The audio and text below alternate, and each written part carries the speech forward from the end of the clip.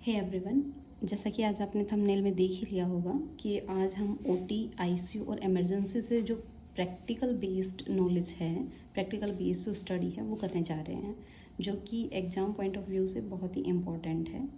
तो इसको हम बहुत ही छोटे छोटे टुकड़ों में पढ़ेंगे, बहुत ही छोटी छोटी वीडियोज़ में अपलोड करूँगी, जिसमें कि आप जल्दी से रिकॉल भी कर सकते हैं और बहुत बर्डन भी फील नहीं होगा और अच्छे से आपको समझ भी आएगा। इसलिए आज हम फर्स्ट पार्ट शुरू करते हैं, जिसका टॉपिक है मैकेनिकल वेंटिलेशन। मैकेनिकल वेंटिलेशन एक बहुत छोटा टॉपिक नहीं है, ये बहुत बड़ा टॉपिक है। इसके अंदर बहुत सारी चीज़ें आपको देखने को मिलेंगी कि वेंटिलेटर क्या होता है, ईटी ट्यूब क्या होती है, इंट्यूबेशन क्या होता है, क्या साइज़ यूज़ किया जाता है, क्या पोजीशन दी जाती है, ये सब आपको देखने को मिलेगा, जो कि बहुत ही इम्पोर्टेंट है और एग्ज़ाम्स में बहुत ही ज़्यादा बेनिफिशियल है। तो चलिए हम स्टार्ट करते हैं। आज का टॉपिक है मैकेनिकल वेंटिलेशन। मैकेनिकल वेंटिलेशन क्या होता है? जब भी हम आउटसाइड से पेशेंट को ब्रीथ कराते हैं, मींस पेशेंट को कोई इंजरी हो गई है या फिर पेशेंट सेल्फ से ब्रीथ नहीं कर पा रहा है, तो हम उसे बाहर से आर्टिफिशियली वेंटिलेट करते हैं, आर्टिफिशियली उसको ब्रीथ कराते हैं, तो उसको हम मैकेनिकल वेंटिलेशन बोलते हैं। अब मैकेनिकल वेंटिलेशन जो है वो दो तरह का होता है, एक नॉन इन्वेजिव एंड एक इन्वेजिव। नॉन इन्वेजिव में क्या होता है, ये एक ऐसा वेंटिलेशन होता है जो आउटसाइड से दिया जाता है, जो कि बिना ट्यूब इंट्रोड्यूस कराएं। मीन्स नॉन इन्वेजिव क्या होता है, इसमें कि कोई भी ट्यूब जो है वो रेस्पिरेटरी एरिया में इंट्रोड्यूस नहीं कराई जाती, इसको आउटसाइड से दिया जाता है, जैसे कि मास्क के थ्रू दे दिया या बाईपैप लगा दिया या ऑक्सीजन, इस तरह के वेंटिलेशन को हम नॉन इन्वेजिव मैकेनिकल वेंटिलेशन बोलेंगे। उसके बाद आता है इन्वेजिव मैकेनिकल वेंटिलेशन। जैसे नाम से ही पता चल रहा है कि इन्वेजिव का मतलब इंट्रोड्यूस कराना या एक ऐसा प्रोसीजर जिसके अंदर हम ट्यूब इंट्रोड्यूस करा के और वेंटिलेशन देते हैं, जिसमें कि ईटी ट्यूब यूज़ की जाती है, लेरेंजियल मास्क, एयरवे हो गया या आईजेल हो गया या ट्रैकेओस्टमी ट्यूब हो गई, ये सब पेशेंट के अंदर रेस्पिरेटरी ट्रैक में डाल के और तब हम वेंटिलेशन प्रोवाइड करवाते हैं, तो इसको हम इन्वेजिव मैकेनिकल वेंटिलेशन बोलते हैं। उसके बाद आता है कि मैकेनिकल वेंटिलेशन के टाइप क्या है। इसमें हम दो टाइप पढ़ेंगे, positive pressure ventilation and negative pressure ventilation.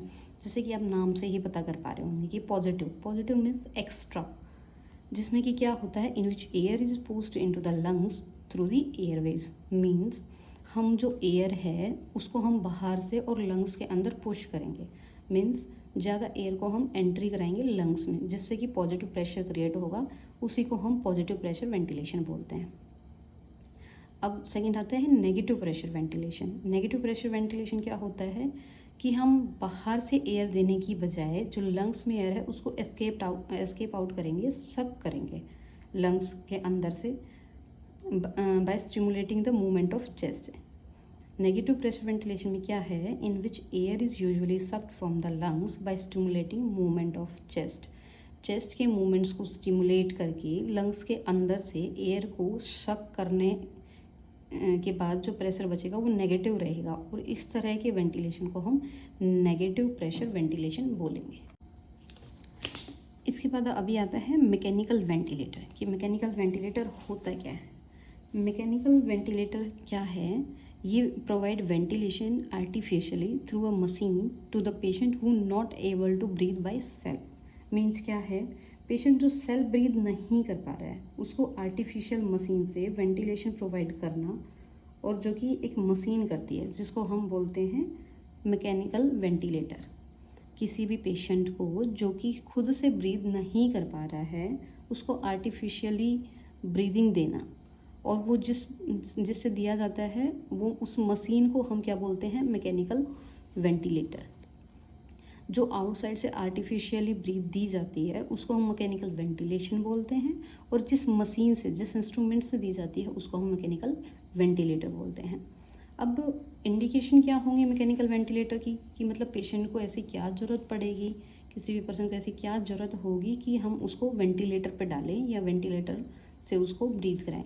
तो बहुत सारी कंडीशन हो जाती हैं, जैसे कि रेस्पिरेटरी फेलियर हो गया, रेस्पिरेटरी अरेस्ट हो गया, एक्यूट लंग इंजरी हो गया या सर्जिकल एनेस्थीसिया हो गया। रेस्पिरेटरी फेलियर में क्या होता है कि जो लंग्स हैं वो प्रॉपरली काम नहीं कर पाते हैं। रेस्पिरेटरी अरेस्ट में भी जो फुली फंक्शनल नहीं हो पाते हैं लंग्स, जिसकी वजह से बाहर से मैकेनिकल वेंटिलेशन देना पड़ता है। एक्यूट लंग इंजरी, इसमें भी जो लंग्स हैं वो अच्छे से काम नहीं कर पाते। या फिर सर्जिकल एनेस्थीसिया होगा, जैसे भी किसी सर्जरी के दौरान कोई प्रोसीजर हो रहा होता है तो हम जैसे जनरल एनेस्थीसिया देते हैं, तो उस टाइम पे पूरी बॉडी पे इफ़ेक्ट आता है, जिससे लंग्स भी अच्छे से काम नहीं कर पाते हैं। तो हमें बाहर से वेंटिलेशन देने की ज़रूरत पड़ती है, जो कि हम मैकेनिकल वेंटिलेटर से देते हैं। उसके बाद आते हैं मोड्स ऑफ वेंटिलेशन। ऐसे तो जो वेंटिलेशन के मोड्स हैं वो बहुत सारे हैं, लेकिन हम एक एक करके ही पढ़ेंगे ताकि आप अच्छे से बिना कन्फ्यूजन के अच्छे से समझ पाएँ और रिमाइंड कर पाएँ। तो आज हम पढ़ते हैं सबसे पहला कंट्रोल्ड मोड। कंट्रोल्ड मोड का क्या मतलब है, नाम से ही पता चल रहा होगा कि 100% कंट्रोल्ड बाय वेंटिलेटर।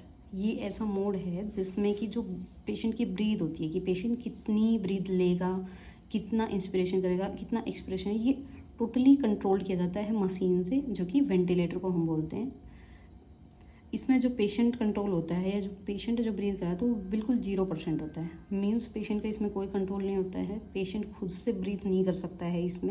इसमें जो भी ब्रीथ कराएगा वो सिर्फ वेंटिलेटर ही कराएगा। इसमें क्या होता है, the client receive a set tidal volume and a set rate. इसमें क्या होगा, जो टाइडल वॉल्यूम होगी और जो रेट होगा कि किस रेट पे पेशेंट को ब्रीथ कराना है, वो ऑलरेडी सेट हुआ मिलता है। मान लीजिए कि टाइडल वॉल्यूम हमने सेट किया 500 ml और रेट हमने सेट किया 15 ब्रीथ पर मिनट, तो ये दोनों ही टोटली कंट्रोल्ड होंगे वेंटिलेटर से। इन दोनों को टोटली वेंटिलेटर से कंट्रोल किया जाएगा। मीन्स अगर पेशेंट ब्रीथ करना चाहता है तो वो पेशेंट सेल्फ से ब्रीथ नहीं कर सकता है। इसके अंदर सिर्फ जो वेंटिलेटर है वही कंट्रोल करेगा। इसके बाद हम आते हैं कि जो कंट्रोल मोड है उसमें भी दो तरह के मोड हैं। एक में कंट्रोल्ड मैंडेटरी वेंटिलेशन और दूसरा है असिस्ट कंट्रोल मोड वेंटिलेशन। अब इसमें जो कंट्रोल्ड, आप नाम से ही पता चल रहा है कि कंट्रोल्ड मैंडेटरी वेंटिलेशन मीन्स, अब ये देखिए दोनों में जो टाइडल वॉल्यूम है और सेट रेट है, जो कि रेट हम सेट करेंगे, जो टाइडल वॉल्यूम है हम सेट करेंगे, वो दोनों में ही जो ऑलरेडी सेट किया होगा वही ले पाएगा। ठीक है, जैसे ये कंट्रोल्ड मोड के ही पार्ट हैं, कंट्रोल्ड मैंडेटरी और असिस्ट कंट्रोल, तो एक चीज़ तो इसमें सेम रहेगी कि टाइडल वॉल्यूम और रेट दोनों ही सेट रहेंगे। मीन्स जो हम सेट कर देंगे, एक कि हमें टाइडल वॉल्यूम 500 ml देना है या ब्रीथ उसको 15 ब्रीथ पर मिनट कराना है, 20 ब्रीथ पर मिनट कराना है, ये दोनों चीज़ें सेम रहेंगी। तो चलिए कंट्रोल्ड मैंडेटरी वेंटिलेशन पढ़ते हैं। इसमें हम टाइडल वॉल्यूम और रेट है वो सेट करेंगे, वही पेशेंट को मिलेगी। जो कंट्रोल मैंडेटरी वेंटिलेशन होता है वो लीस्ट यूज्ड मोड होता है, और उसका रीज़न क्या होता है कि इसमें पूरी तरह से जो है वेंटिलेटर जो मशीन होती है वही कंट्रोल करती है। मीन्स अगर पेशेंट अटेम्प्ट करना चाहे ब्रीद, तो जो वेंटिलेटर है वो पेशेंट के एफर्ट को ब्लॉक कर देगा, जिससे कि पेशेंट को लंग इंजरी या डायफ्रामेटिक इंजरी हो सकती है। मीन्स मान लीजिए हमने रेट सेट किया है 15 ब्रीथ पर मिनट, लेकिन बीच में पेशेंट थोड़ा बेटर होने लगता है और वो खुद से ब्रीथ लेना चाह रहे हैं, तो जो वेंटिलेटर है इस मोड में अगर हमने सेट किया हुआ है तो वेंटिलेटर उस पेशेंट को ब्रीथ नहीं लेने देगा, जिसकी वजह से जो पेशेंट की एफर्ट है वो ब्लॉक हो जाएगी और जो प्रेशर बनेगा अंदर उसकी वजह से लंग्स या डायफ्राम जो है उसमें इंजरी हो जाएगी। इसीलिए ये एक ऐसा वेंटिलेशन है जिसको हम बहुत ही शॉर्ट टर्म वेंटिलेशन में यूज करते हैं, बहुत ही शॉर्ट टर्म के लिए यूज करते हैं ताकि पेशेंट को एक टेम्परेरी मैनेजमेंट दिया जा सके। इसलिए इसको लीस्ट यूज्ड मोड भी कहा गया है।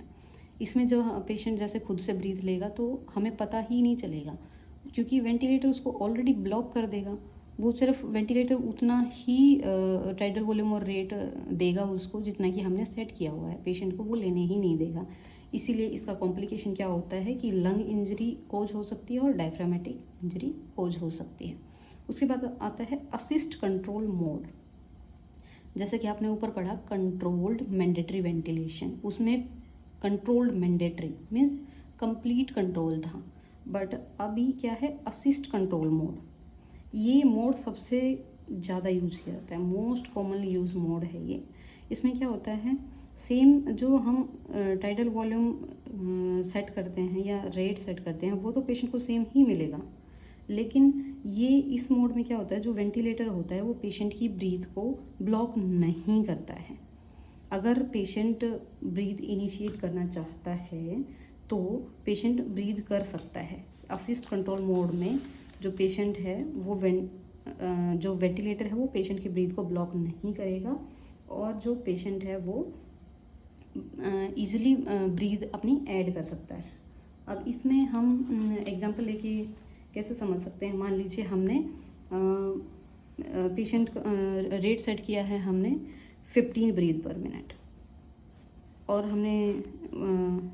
और इस बीच हमने जो पेशेंट है वो भी ब्रीथ करने लगा और उसने लिया 5 ब्रीथ पर मिनट लिया, तो जो रेट हमें शो होगा वो टोटल 20 ब्रीथ पर मिनट होएगा। ठीक है, ऐसे करके ये इस मोड में जो वेंटिलेटर है वो मैनेज करता है। अब इसमें क्या बेनिफिट होगा कि बीच में अगर पेशेंट की प्रोग्रेस जो बेटर हो रही है और पेशेंट खुद से ब्रीथ करना चाह रहा है तो ये वेंटिलेटर ब्लॉक नहीं करेगा, जिससे हमें पता चलेगा कि पेशेंट भी इतनी ब्रीथ कर पा रहा है। जिससे कि क्या एक चीज़ हो सकती है कि हमने सेट कर रखा है 15 और 5, हमने 5 पेशेंट लेने लग गया, इसने ब्लॉक नहीं किया तो ऐड हो गया 20 हो गया। इस तरह से एक चीज़ कोस कर सकता है कि पेशेंट को हाइपर वेंटिलेशन मिल सकता है। ठीक है, जैसे कि क्लाइंट स्पॉन्टेनियस अगर ब्रीथ करना चाहे तो रेट जो है वो इंक्रीज हो जाएगी, क्योंकि वेंटिलेटर तो कंटिन्यूस जो हमने सेट किया था वो चीज़ देगा ही देगा, लेकिन उसके साथ साथ जो पेशेंट ब्रीथ करेगा वो भी ऐड हो जाएगी, जिसकी वजह से हाइपर वेंटिलेशन कोज हो सकता है। हाइपर वेंटिलेशन कोज हो सकता है। हाइपर वेंटिलेशन में क्या होता है, जो O2 है वो तो इंक्रीज हो जाएगी एंड जो CO2 है वो डिक्रीज हो जाएगी। और ये किस चीज़ में कंडीशन में क्या होता है, जो CO2 अगर डिक्रीज होगी तो pH जो है वो इंक्रीज होगा। pH इंक्रीज होने के बाद क्या कोज करता है, pH इंक्रीज किस में होता है, एल्कलोसिस में। किसमें होता है, एल्कलोसिस में। और अगर ये रेस्पिरेशन से रिलेटेड है तो यहाँ पे क्या कॉज करेगा, रेस्पिरेटरी एल्कलोसिस। तो जो असिस्ट कंट्रोल मोड होता है उसका सिर्फ एक ही कॉम्प्लिकेशन होता है जो कि रेस्पिरेटरी एल्कलोसिस होता है। तो यहाँ तक था हमने पढ़ा कंट्रोल्ड मोड। इसके आगे और भी मोड्स हैं, जैसे कि सिंक्रोनाइज इंटरमिटेंट मैंडेटरी वेंटिलेशन, या फिर वीनिंग मोड क्या होता है, या फिर कंट्रोल मोड के अलावा जैसे कि स्पोर्ट मोड क्या होता है। बहुत सारी चीज़ें हैं जो हम धीरे धीरे करके पढ़ेंगे। अभी आप इसको रिवाइज़ करिए, बार बार इसको लर्न करिए। बहुत ही मैंने छोटा सा एक अटेम्प्ट किया है कि आपको प्रैक्टिकल हॉस्पिटल जो प्रैक्टिसेस हैं उनमें लेके जा पाऊँ और आपकी प्रैक्टिकल जो नॉलेज है उसको स्ट्रॉन्ग कर पाऊँ। अगर आपको वीडियो अच्छी लग रही है तो प्लीज़ शेयर करें। कोई भी डाउट आता है तो आप कमेंट करिए।